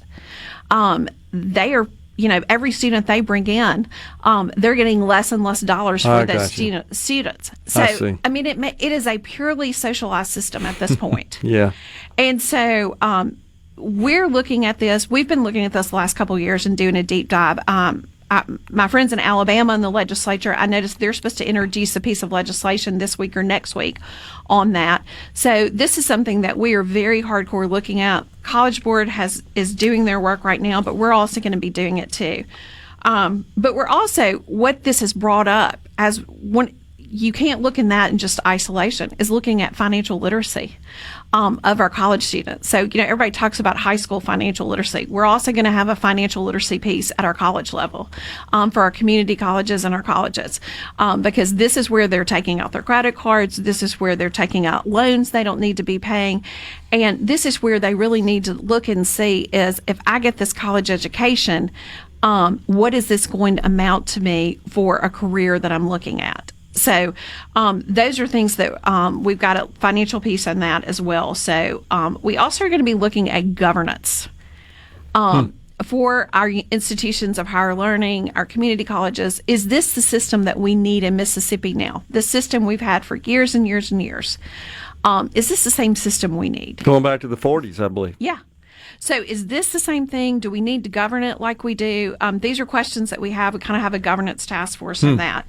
Another task force that, another group we're kind of going to take up as we started looking at all this is, we had an organization that was supposed to be looking at the performance of our education system as a whole. And as a universities and college chair, you're automatically in this committee. And so I went to it for 2 years and I'm like, we're not doing anything with this information. So we were getting all this information in and not doing anything with it. So we're kind of going to take a bomb on that committee, blow that up, and we're going to put it back and do a post-secondary attainment commission to where it really looks at, when you do this in K-12, how is this amounting to a job for an individual? Totally. That ought to be the path. This is not sexy and exciting, but it's stuff that's incredibly important for us to grow our workforce in Mississippi. It's more important than just passing through third grade reading gates. That doesn't mean anything if it doesn't get you to be at a point where you're a successful adult. Yeah, absolutely. So that's the goal. Yes, that's the goal. Not to pass the reading gates, to be a successful adult. That's the end result goal. So, yep. All right, hang around. We'll keep talking. Senator Nicole Akins-Boyd is in the Element Wealth studio. Coming right back.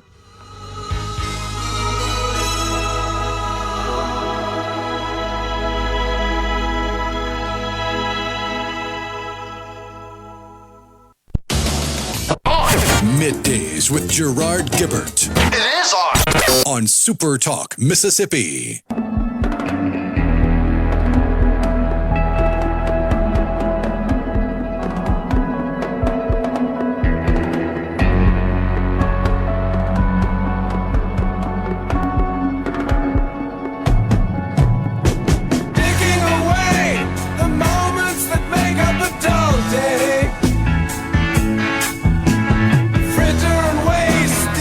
We're back with you in the Element Wealth studio. We're visiting with Senator Nicole Boyd. She chairs the Senate Universities and Colleges Committee.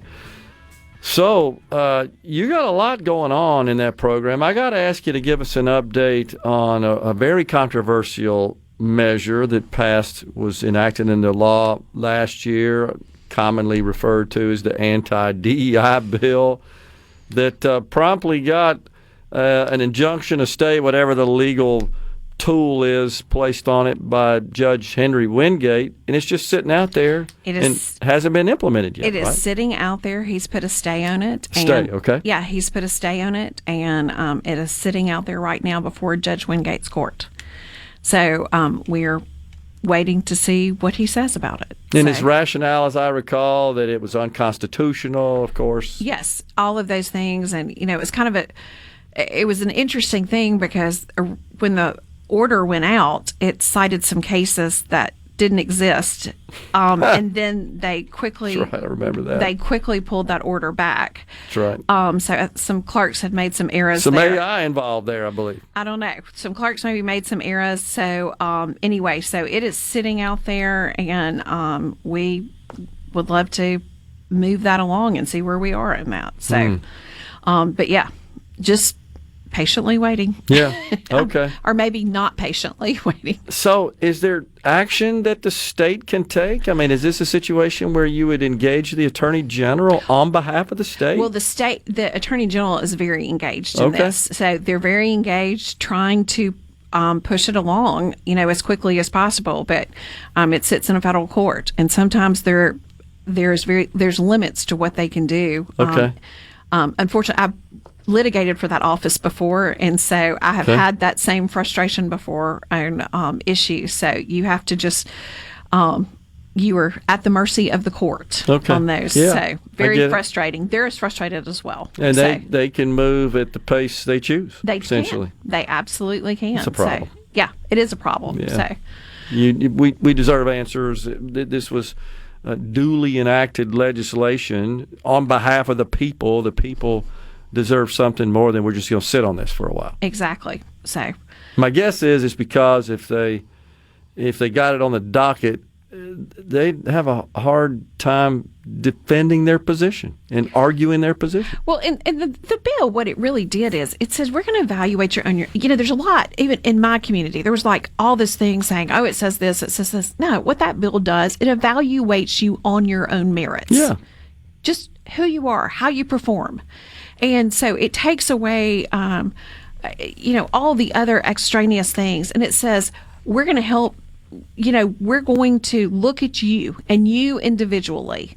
And, and that's what I thought people wanted. Yeah. Yeah. So what that tells me, and I don't mind saying this about the judge, is that he's sanctioning discrimination. So what he's essentially doing by putting a stay on this legislation, which it was designed to prevent such discrimination.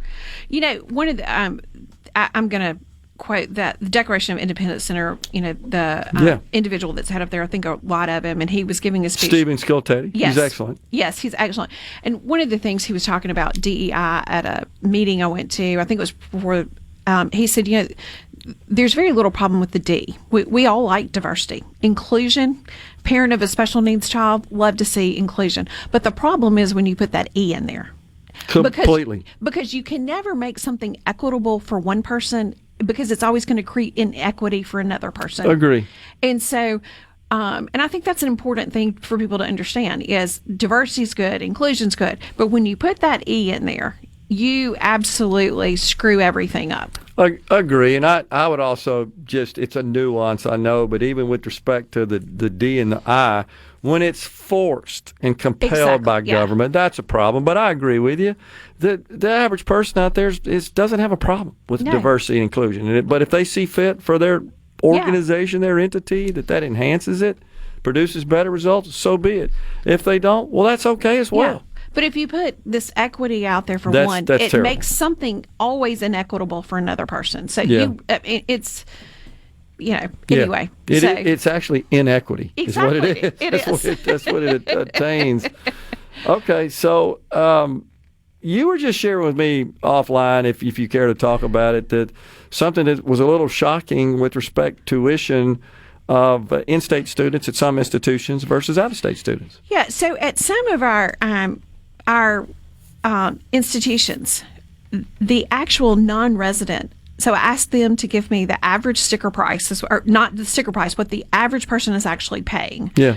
So for our listeners out there, not what the sticker price is for the car, but what you're actually going to pay for it. Yeah. So, and at 4 of our institutions of higher learning, non-residents actually pay less than our residents. Seems upside down, right? It seems upside down. And I'm sure that's because of scholarships, maybe athletic scholarships or whatever. But it is very upside down.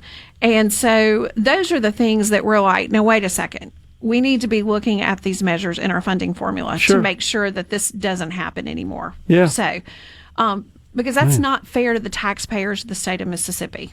It's not. And it's not fair to the students there that are Mississippians. Yeah. So, agree. yeah.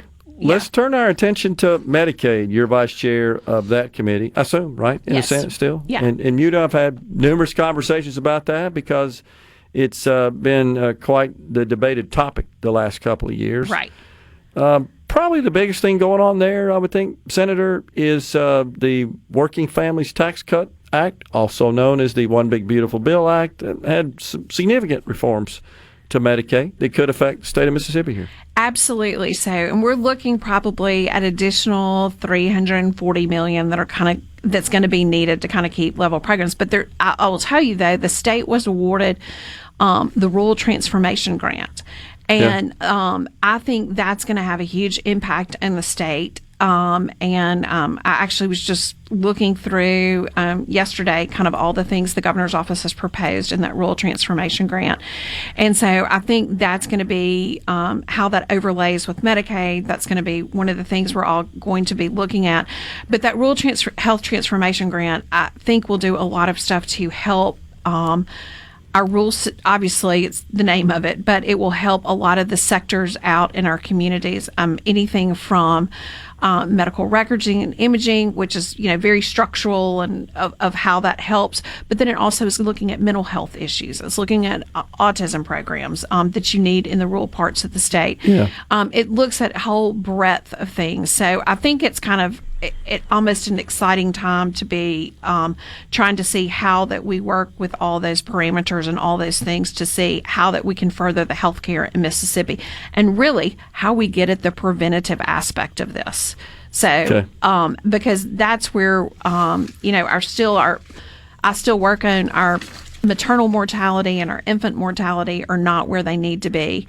And so those are things I've actually got a piece of legislation that will try to dig further, looking at an infant mortality committee and trying to get more records to see if we can really further diagnose what the problem is and what's happening there, that I'll be introducing for the Department of Health. Huge problem in our state, as you are well aware. Last I checked, we rank either at the bottom or very close to the bottom in that metric. We do. And it not only, there's a human element, of course, to it that's most important, but there's an expense associated with it as well. Yeah. One more thing I want to say that I've introduced that is just kind of an interesting thing that people don't realize what happens. If you're in the Senate, you sponsor a Senate bill. Yeah. You can't be a co-author on a House bill. And what oftentimes happens is you drop a Senate bill and you drop a House bill, and they may have the exact same wording in them. And it would make sense if we could just sponsor each other's legislation, or that I could go work with a House member and we could drop the bill in the Senate or the House. Can't do that in Mississippi. Yeah. Do other states allow that? Oh, where they have, some of the states actually require you cannot introduce a bill unless you have a member of the I could be House. down with that. I could too. And so I have a bill that would require both sides to agree that's will be in Senate rules, to where that House members and Senate members can sign off on bills together. Interesting. And I work with a lot of my House colleagues on bills before. I've got a lot this time that I've worked on with them.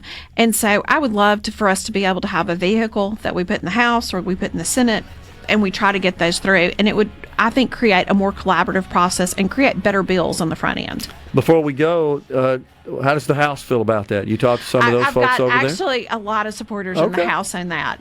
They absolutely agree with it, and we worked through it, and we can do it. So I really hope that, I think it will have almost a cultural change of how we operate. I would agree.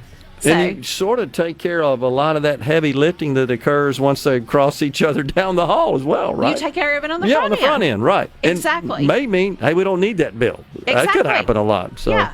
So Senator Nicole Boyd has been our guest in the Element Well studio. Appreciate you coming on, Senator. Thank you so much. Talk to you soon. Thanks a lot. Coming right back, folks. Stay with us.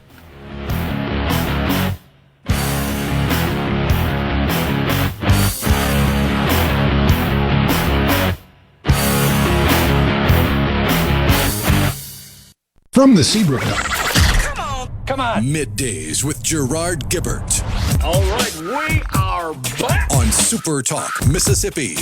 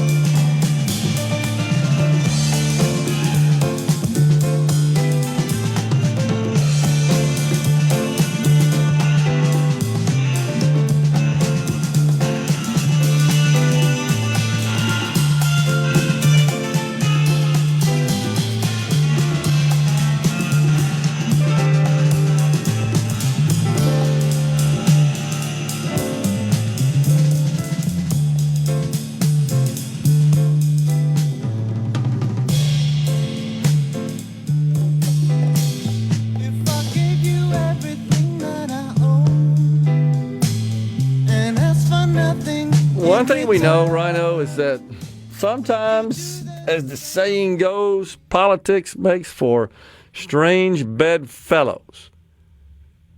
What I guess bugs me as much as anything about this school choice debate is how it has fractured the party within the state.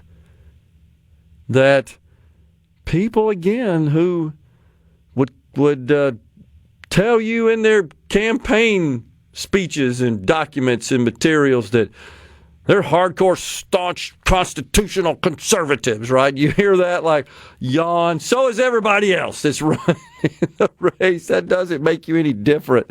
But these are people who are now, like I said earlier, aligning with the Democrat Party, who are using the same talking points and advancing the same narrative. I find that intriguing at a minimum. It would be different if they had two different viewpoints. It was two different attacks on it. Yeah. It's the same attack. Yeah, that's true. It's the exact same attack. Which means they're not philosophically divided. I completely agree. And then I also find it a bit shocking, you could call it that, or there could be some other words you could apply to it, that the president, with his calling on the credit card companies to cap interest rates at 10%, is aligning with Liz Warren and Bernie Sanders. She's even praising him for that suggestion. Who would have thought that? Something else that I feel compelled to pass on that's not getting a lot of attention, but it's something folks need to know about and consider, and that's the president, who honestly, historically, has never really been a strong pro-life figure, is now imploring Republicans in the House and the Senate to be, and I'm using his word here, more flexible on the Hyde Amendment.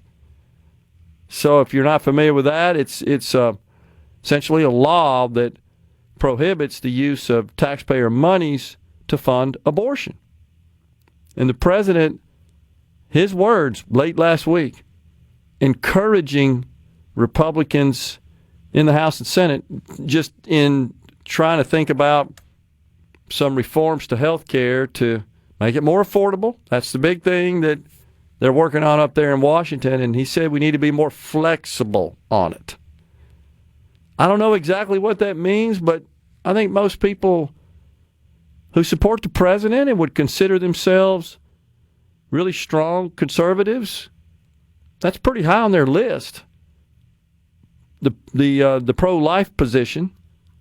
And they do need to know that the president's come out and kind of showing some willingness to depart from what has been law for quite some time, and strongly supported law by Republicans and certainly pro-life organizations and just pro-life voters, that, hey, no taxpayer money for abortions. There's always been the concern about Planned Parenthood, the nation's largest abortion provider, participating in Medicaid.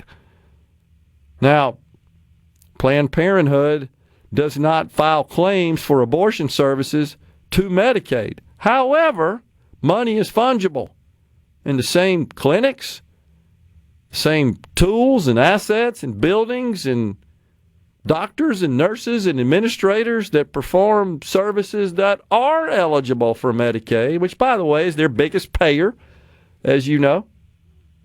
Well, they're also being used to perform abortions. So while they're not directly paying for it, we are paying for the operation that enables them to deliver those services. There was some talk not so long ago about, hey, look, you can't do abortions in the same building with the same assets and the same ORs and the same people, that would have to be separate, physically separated, so as to ensure that no federal dollars are even indirectly funding abortions. But now the president is asking for flexibility, and I think this is just all part of his strategy and his desire to make health care more affordable. But the only point I'm trying to make here is you're seeing some things go on here in the state, at the federal level, that are a bit unusual at a minimum. But certainly here in the state, the rift and the conflict and the contention between factions within the same party, not something you typically see. My guess is the Democrats are loving this in our state. Now, they don't have a great deal of control in our legislature. But, when you got Republicans that are split on a matter, then the Democrat votes are a lot more meaningful. They mean something. Typically, when measures are voted on in the state House or Senate, you don't have to worry about needing Democrat votes or Democrats being able to block the legislation. But this is one of those where there's such division on the matter that Democrats could be a factor in this. But obviously, that's because you're going to have some defections on the Republican side. So it will be certainly interesting to see how that plays out. Let's see. James from Petal, when he was talking earlier about the Speaker of the House, mentioned as a defense of the private school issue, giving taxes back to the individual for use where they please, even in private schools. I'd prefer instead increasing tax incentives for MACS and letting that be the vehicle for private school. Take less taxes up front instead of giving it back. It'd just be hard to make that model work, James. I hear what you're saying. I'm not suggesting that it's a bad idea. It would just be real hard to make that work. Just because when you get into appropriations and funding and allocating dollars, that gets really dicey in that respect. But I get it. And the Dept said, so I guess we must admit that the states surrounding us that have implemented school choice have ruined their public school system. Oh, that's right. It hasn't. That's exactly right, Ed. And it's something that we can point to with a great deal of confidence. Again, we're not pioneering something here. We don't have, as we used to say in the IT industry, I got the flaming arrows in my back from pioneering that particular solution or technology. We're not. We're not making anything up. We're not blazing new trails. We're not exploring new frontiers here. This has all been implemented successfully. The property values one, I think, is appropriate in this context. I don't think we're seeing property values in Florida plummet. Quite the opposite as a result of school choice. I also believe that this ultimately will become an issue in attracting industry and economic development. I totally believe that. Wait, whoever we bring in here, if they have children, they can only attend the school that is associated with their address, attached to their address. We got to think about that. It will be. At a minimum, this, the other states that we're competing with, if they, on a project, for an investment, those that have education freedom, they will promote that as an advantage over our state in a competitive situation. No doubt about it. Because most people support that. That will be a deal. Let's see. Tim and McGee said I had to send my kids to a private school and still pay taxes for the public schools. I still don't think that's right, but I did it. I hear you, Tim, and I think the argument from opponents of school choice would say, well, that was your choice. You made that. You could have attended the public schools. And my guess is you would respond, well, the public schools weren't a good fit for my child. And I figured out a way to ensure that my child was in an education setting that optimized their education. And that's all we're trying to do here. Tim, I'm not telling you anything you don't. You were fortunate. You were able to do that. Everybody doesn't have that. The other piece that gets missed here, Rhino, is if the money were available and controlled by the family, what you'd see is more private schools and charter schools sprout up and form up, giving more choices. And that would put even further pressure on the public schools so that maybe Tim wouldn't have to move his kids out of them, right? Let the market sort that out. It is the best arbiter of such. Demand and supply. Way better than government. Final segment coming up after this break.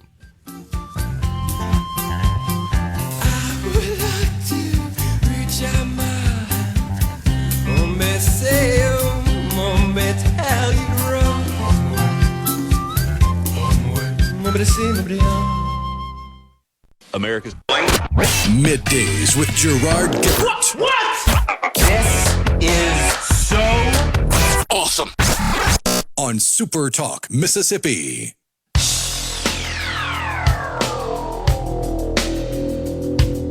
A Monday warrior, mean strike. Today's Tom Sawyer, mean pride. Final segment, Middays from the Element Wealth Studio. Derek in Greenwood says, I'm concerned about it ruining the private school system. Let public to public happen all day. Stay out of the private schools. Well, Derek, keep this in mind that the bill does not compel private schools to accept for enrollment any student who submits an application for enrollment. If they're in a public school and they secure an ESA just because, well, in Mississippi we're calling it the Magnolia Savings Account, MSA is the brand ascribed to it.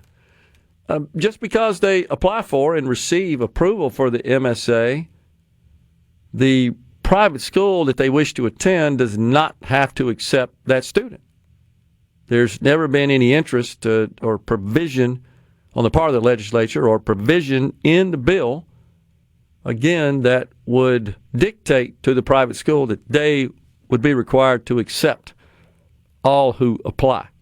Now, you know, Rhino, there's some private schools whose enrollment has been sinking, and they very much welcome this for just viability.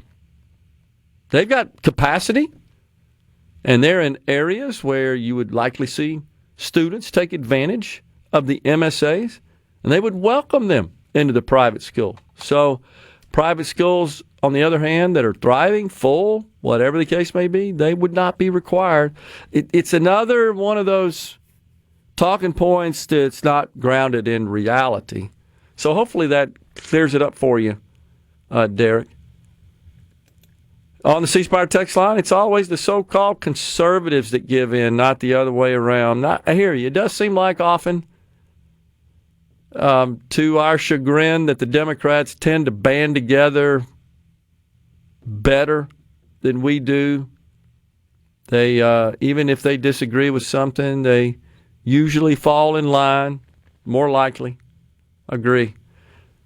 Brian says from Clarksdale, private schools shouldn't even be in the conversation. I guess I don't understand that, Brian. Should Ingalls, I'm going to bring that case up again, that example up again. Should Ingalls Shipbuilding be considered in the conversation when our federal government appropriates money to build ships? Because they're giving a whole bunch of money to a private company for that purpose. And that's just one of the numerous. What about my taxes in homeschool? So there's a provision in the bill that would make some funds, I think, Rhino, it's $1,000 a year, if I'm not mistaken, for the scholarship for homeschool, savings account actually for homeschoolers. And the use of those funds is heavily restricted. I think I've shared before, the best model I've seen is Arizona's, where, again, they don't send you cash money. I think that's the other thing that you hear a lot of the opponents, the objections. Oh, we're going to send them money. They're not going to actually use it for the homeschool. They're going to go buy alcohol with it or something like that. No, it's not how it works. It's not cash money that gets sent. Not without collusion of an educator. That'd exactly be right. Because they'd have to spend the money on school supplies, and the educator would have to receive the school supplies, and they'd have to exchange the school supplies for money, and then use the money to buy alcohol.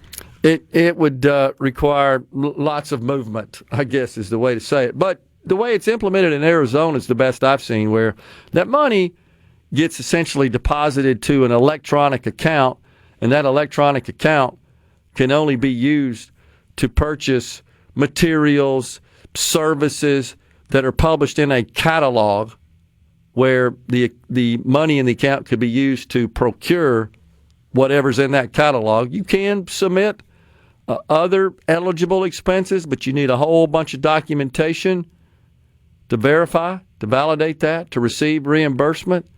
And there's some limitations on that. So I'm really not too worried about that getting out of whack, out of hand. So but that too, I think, refutes what is a very popular narrative that opponents like to raise, which is, oh yeah, we're just going to send them this money and it's going to be wasted and not used as intended. Let's see what else we have. Somebody asked Kevin on the road about the ballot initiative. I know you've been researching this, and you put a couple of bills in my track as well. We have a tool here at SuperTalk that it's a fee-based tool that we use to track legislation. We haven't seen anything at this point, right, Rhino, other than one that a resolution that the people would vote on to amend the Constitution to fix the technicality, if you will, that specifies that signatures must be collected evenly across 5 districts. We only have 4, and that doesn't work, and that's why the measure's been validated. But we've not seen just a resolution is what it would be required offered on either side, have we, that would restore or create a new ballot initiative process? Haven't seen that yet. I would say, Kevin, I believe that's because some straw polling has been done among the ranks, and it doesn't appear the votes are there to give the people back the ballot initiative. We are out of time today. End of Middays. Back with you again tomorrow in the Element Wealth studio. Until then, stay safe and God bless everyone.